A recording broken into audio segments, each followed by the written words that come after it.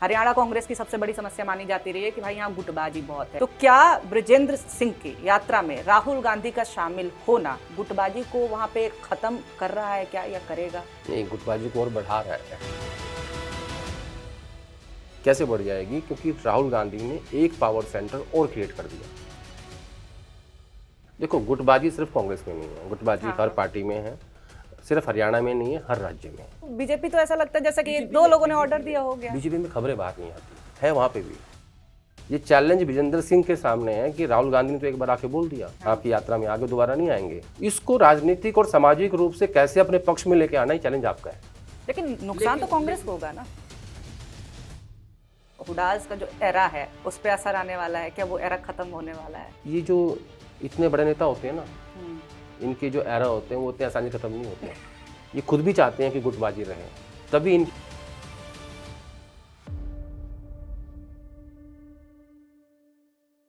अभी जो main opposition party है कांग्रेस, वो खुद में बड़े बदलाव करते हुए नजर आ रही है।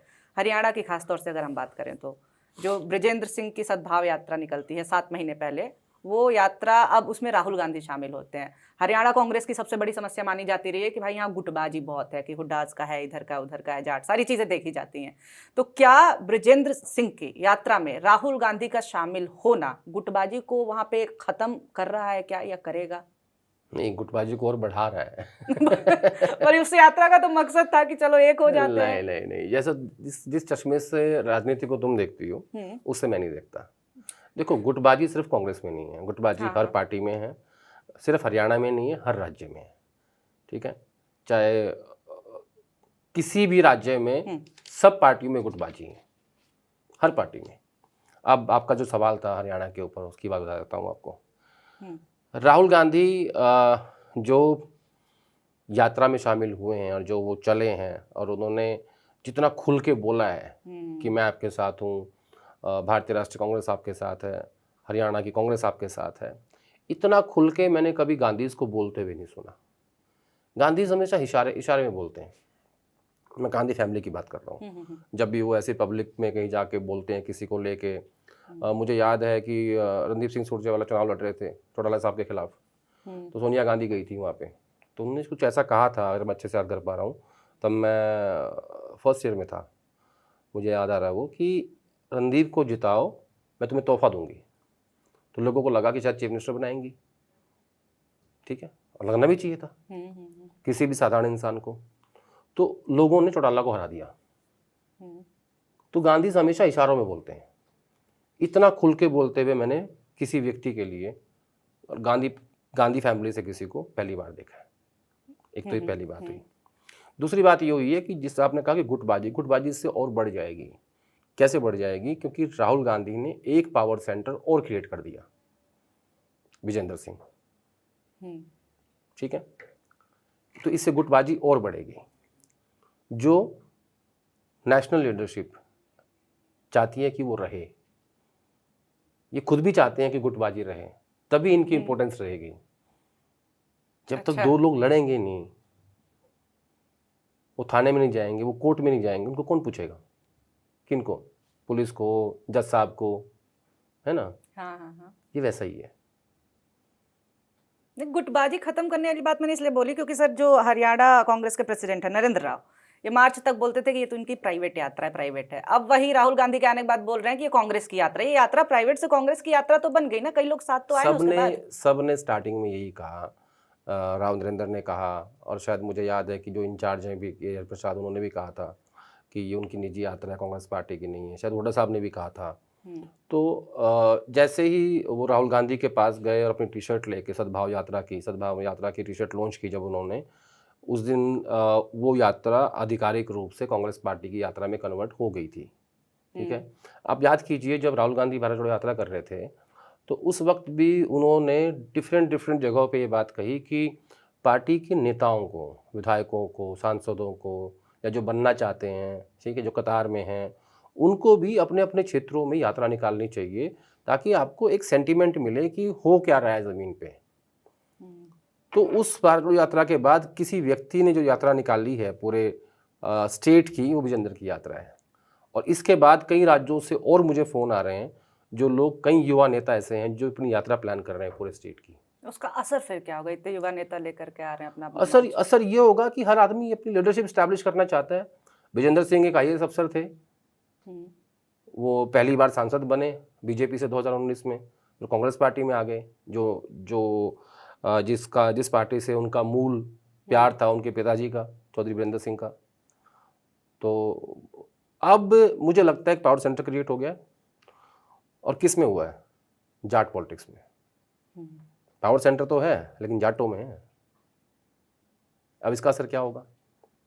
इसका डायरेक्ट असर होगा जो मुझे दिखाई देता है, दीपेंद्र हुड्डा एक पावर सेंटर है राजनीति का, और दूसरा पावर सेंटर क्रिएट हो गया है विजेंद्र सिंह। ठीक है, 2 पावर सेंटर हो गए। इसका मतलब क्या हुआ कि जितने लोग हुड्डा साहब के साथ हैं, दीपेंद्र हुड्डा के साथ हैं, और जो उनके साथ कंफर्ट नहीं है, उसको एक घर दे दिया राहुल गांधी ने कि आप यहां चले जाओ।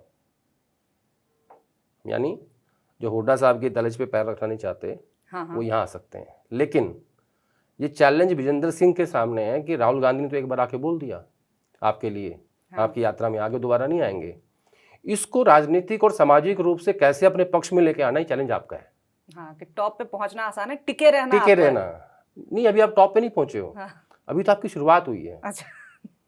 तो अब आपको ये जो आपको ऊपर से ब्लेसिंग मिली है राजनीतिक रूप से, ऑक्सीजन कहूँगा मैं इसको, कि इसको सस्टेन कैसे करना है, कैसे उस वर्क को अपने पास लेके आना है जो दीपेंद्र हुड्डा या उनकी राजनीति को समर्थन नहीं करता।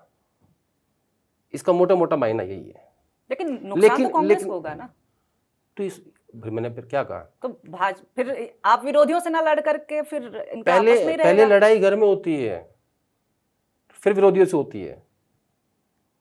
अच्छा, तो ये जो राहुल गांधी का ब्लेसिंग, मुझे थोड़ा समझना है। पिछले इसको समझने के लिए तुम्हें 20 साल पीछे की समझनी पड़ेगी कि हरियाणा में पिछले 20 साल में क्या क्या हुआ है। भूपेंद्र हुड्डा भजनलाल से लड़े, चौधरी वीरेंद्र सिंह भजनलाल से नहीं लड़े तो मुख्यमंत्री बने, है ना। तो इसका मूल इसमें संदेश क्या है कि आपको लड़ना पड़ेगा। पहली बात तो ये है। लेकिन पिछले 20 सालों में भूपेंद्र हुड्डा से कोई नहीं लड़ा।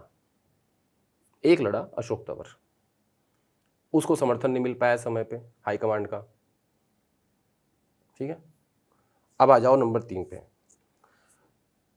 फूलचंद मुलाना अध्यक्ष थे, हुड्डा साहब के खेमे के थे कंप्लीट, और तब वो मुख्यमंत्री भी थे। उसके बाद अशोक तंवर बनते हैं, उसके बाद शैलजा बनती। शैलजा भी थोड़ी सी लड़ी, और तो हमेशा से ही उनके अलग खेमे में रही हैं। अदर देन की जब वो मुख्यमंत्री बने तब उनके साथ थी। और फिर उदयभान कंप्लीटली हुड्डा साहब। तो अब कोई एक घर पैदा हुआ है जिसको हाईकमांड ने ऑक्सीजन दे के पैदा किया है, वो विजेंद्र सिंह का है। लेकिन ये उनके सामने चुनौती है कि ये कैसे सरवाइव करेंगे, और कैसे जो राहुल गांधी ने उनके लिए किया है, जो पॉलिटिकल संदेश उनका दिया है राज्य में, वो चुनौती विजेंद्र के सामने है। कि क्योंकि नेता एक ही बार आता है, वो आके अपना काम करके चले गए। और वो चुनौती आपके ऊपर है। तो ये और इक्वली हुड्डा साहब की भी है, मतलब दीपेंद्र हुड्डा की भी है, इक्वली है, क्योंकि उनको भी तो अब सतर्क होना पड़ेगा ना। तो वही मैं कह रही हूँ, क्या हेडक्वार्टर से आप जो कह रहे हैं ब्लेसिंग है या फिर कहिए कि ऑक्सीजन है, तो क्या ये हुड्डास की, क्योंकि मोनोपोली अगर आप कहें कि कांग्रेस, हरियाणा कांग्रेस में है हुड्डास के, वो पावरफुल सेंटर है, तो क्या उनकी मोनोपोली को कम करने के लिए हेडक्वार्टर से ये आशीर्वाद मिला? क्या ऐसा नहीं होता। वो हाईकमांड जो होता है वो चाहता है कि 2-3 गुट बने रहे और वो आपस में आंख में चोली खेलते रहे। बीजेपी में ऐसा, तो बीजेपी तो ऐसा लगता है जैसे कि 2 लोगों ने ऑर्डर दिया हो गया। बीजेपी में खबरें बाहर नहीं आती है, वहां पे भी। अच्छा, बाहर नहीं आती, खबरें बाहर नहीं आती वहां पे, कोई रिपोर्ट नहीं करता। सबको पता है कि वसुंधरा एंटी है भजनलाल शर्मा के, सबको पता है वो एंटी है सतीश पुनिया के। सबको पता है कि खट्टर और नैब सिंह सैनी के 2 खेमे हैं अलग अलग, पता है ना। सबको पता है कि असम में हिमंत बिस्वा शर्मा और सोनेवाला आमने सामने हैं, नहीं पता।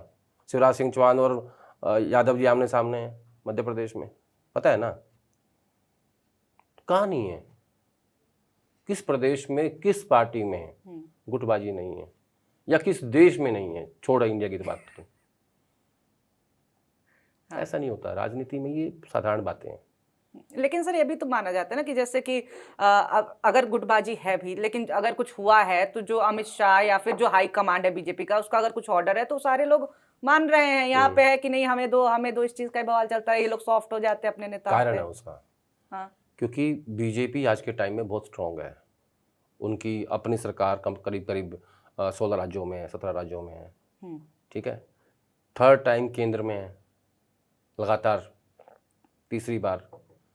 तो जब सत्ता में आप बैठे होते हो और आपका इतना कंट्रोल होता है, और वो भी सामने जब हाईकमांड मोदी और अमित शाह जैसे लोग हों, तो आपका जो इकबाल होता है ना, उसके आगे सब सिर झुकाते हैं।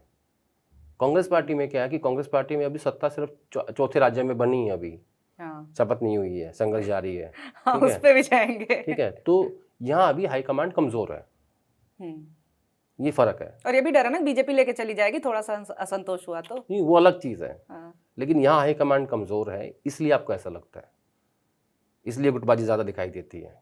जब हाईकमांड मजबूत होता है ना, तो फिर सब लेट जाते हैं, नतमस्तक हो जाते हैं, जैसे उधर हो रखे हैं, है ना। हाँ, हाँ, हाँ। हाँ। जिसको चाहें उसको सीएम से हटा दें, बताओ, हटा रहे हैं ना। तो फिर ये क्या है, ये हाईकमांड और उसकी मजबूती और उसके डंडे का असर है।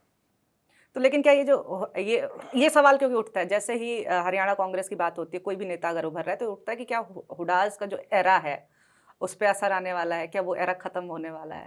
देखो 2014 में चुनाव हारे थे पहली बार हुड्डा साहब, 10 साल के कार्यकाल के बाद। 2009 में उनकी 40 सीट आई थी, पूर्ण बहुमत नहीं आया था, तो कुलदीप बिश्नोई की पार्टी तोड़ के और आपने सरकार बनाई थी। ऐसे ही जब सेकंड टर्म बीजेपी का आया 2019 में, तो खट्टर साहब को भी समर्थन नहीं आया, उनकी भी 40 सीट आई और दुष्यंत चौटाला की पार्टी का समर्थन लेके उन्होंने सरकार बनाई। तो 19 में भूपेंद्र हुड्डा और कुमारी शैलजा जी अध्यक्ष थी और हुड्डा साहब नेता प्रतिपक्ष थे। इनको मौका दिया गया, 14 में हारे, 19 में हारे। फिर 2022 में कंप्लीट उदय भान को अध्यक्ष बना के और हुड्डा साहब को नेता प्रतिपक्ष, ये कहा कि आप हरियाणा जो है वो आपके जिम्मे है पूरा का पूरा। 70 टिकटें, 72 टिकटें 90 में से हुड्डा साहब ने बांटी इस चुनाव में, जिसमें आप 37 सीटों पे आगे सिमट गए और आप थर्ड टर्म भी आप चुनाव हार गए। तीसरी बार कांग्रेस पार्टी केंद्र में हारी और तीसरी बार हरियाणा में हारी। अब सवाल ये है कि आपने जाटों में एक पावर सेंटर क्रिएट कर दिया, अच्छा किया जी, लेकिन जो बीजेपी जाट और गैर जाट की राजनीति कर रही है, उस गैर जाट को काउंटर करने के लिए आपके पास क्या रणनीति है? कुछ नहीं। बस जिस दिन इसका जवाब ढूंढ लेंगे, इनको सत्ता मिल जाएगी। अब रही बात कि हुड्डा एरा खत्म हो गया, नहीं हो गया, ये जो इतने बड़े नेता होते हैं ना, इनके जो एरा होते हैं वो इतने आसानी खत्म नहीं होते हैं। बहुत समय लगता है, इतना इजी नहीं होता है।